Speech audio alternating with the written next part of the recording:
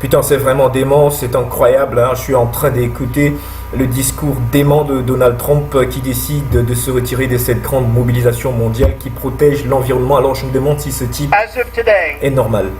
the United States will cease all implementation of the non-binding Paris Accord and the draconian financial and economic burdens the agreement imposes on our country. This includes ending the implementation of the nationally determined contribution and, very importantly, the Green Climate Fund, which is costing the United States a vast fortune. Alors vous voyez que ce monsieur, c'est un cinglé. Je vais dire qu'il est égoïste, trop égoïste. Donald Trump, on a l'impression qu'il ne vit pas dans le monde. On a l'impression, comme il a dit lui-même, il a dit qu'il n'a pas été élu président pour servir Paris.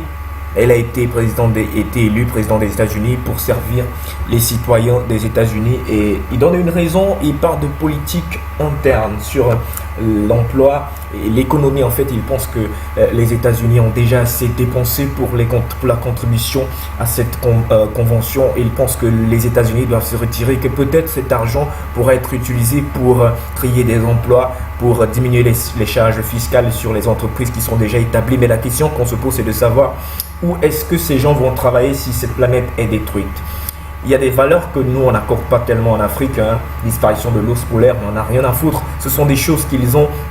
Et ils ont même émis des réglementations sur ces choses-là, des animaux qui sont en perte, qui sont en train de disparaître. En Afrique, nous, on va souffrir de cette histoire alors qu'on n'a même pas contribué à la destruction de l'environnement. Combien est-ce que l'Afrique contribue? Combien est-ce que l'Afrique, en matière de destruction de la couche d'ozone, en matière de pollution, combien est-ce que l'Afrique est impliquée dans cette histoire? Je crois qu'à 0,00%, alors qu'on sera les premiers à souffrir de cette histoire. Alors je pense que se retirer pour lui, et il pense que c'est une bonne chose, mais moi je trouve que Donald Trump, à un moment donné, c'est quelqu'un qui est dangereux pour le monde. Et je pense qu'on devrait même déjà commencer à trouver dans quelle mesure il va être évincé de ce siège-là, parce que je ne sais pas, avoir quelqu'un comme lui qui a le doigt sur le bouton rouge, sur le nucléaire et sur l'armement américain, on se demande ce qui va se passer bien après. Regardez, des États aussi déments que la Russie, on connaît la Russie avec sa rigueur, décide de signer une convention qui ne leur est pas très avantageuse. L'Israël et la Palestine, qui sont deux pays qui sont carrément en conflit, décident de façon extraordinaire d'être humbles pour une fois, de se mettre ensemble pour un combat commun, celui de la protection de l'environnement. Plusieurs autres pays, on connaît leur rigueur, on connaît la rigueur, on connaît la Turquie, on connaît la Roumanie, leur position, mais ils décident tous de venir ensemble. La Corée du Nord, la Corée du Sud, ils décident tous de se mettre ensemble pour protéger l'environnement. Mais le président américain qui pense que l'Amérique est un pays qui vit, un pays qui existe dans une autre planète, décide de se retirer de cela pour des raisons de politique interne. Qu'est-ce qu'il veut faire? Revenir à l'isolationnisme? Peut-être, mais Donald Trump, je trouve qu'il y a une case, il y a quelque chose qui ne va pas avec toi. Et puis sa manière de le faire, de l'annoncer, c'est comme s'il était en train de dire à sa petite amie, bon, je me retire de notre relation parce que j'ai découvert que ta pote est plus sexy que toi. Et puis bon, avec le temps, on va voir si on va revenir, parce qu'il parle de renégociation de ce traité. Je ne sais pas qu'est-ce qu'il va venir apporter de nouveau, qu'est-ce qu'il va proposer. Et il dit qu'il va essayer de renégocier certaines clauses de cette convention.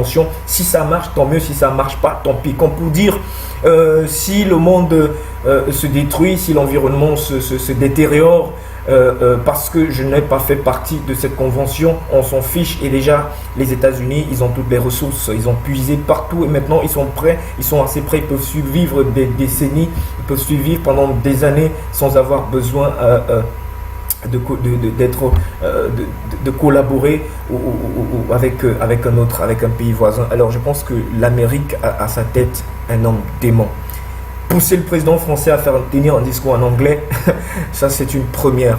Alors je crois que avec le temps, je sais pas, moi je suis Camerounais, D'ici, on va dire qu'on en a rien à foutre, mais je vis à Douala et je me rends compte avec la chaleur qu'il y a déjà ici, on se pose la question de savoir ce qui va se passer dans 100 ans, ce qui va se passer, même pas dans 100 ans, dans 50 ans. Et avec des gens comme Donald Trump qui sont là, je commence à croire que la théorie sur l'antéchrist n'est pas vraiment faux. On doit un peu aller vérifier. Il faut savoir si ce gars n'a pas été envoyé par le diable lui-même parce qu'on ne le comprend pas. Et vraiment, je suis sûr que comme beaucoup d'entre vous, nous sommes vraiment désolés, nous sommes vraiment désappointés par les décisions de Donald Trump. S'il revient, tant mieux. S'il ne revient pas, je crois que la France a dit qu'elle est là et qu'elle accueille tous ceux qui vont contre cette décision de Donald Trump et qu'elle est prête à devenir, à devenir l'état gendarme du monde. Parce qu'avec quelqu'un comme Donald Trump, on ne parlera plus des États-Unis comme un état gendarme, en fait, comme un gardien du monde, mais un autre genre d'état qui ne marche pas, qui ne contribue pas au bonheur de notre monde. Alors, si Donald Trump veut enlever le continent américain pour l'envoyer dans une autre planète, nous on est d'accord, mais qu'il fiche le camp de ce pouvoir s'il veut continuer à vivre sur cette planète. Vraiment désolé.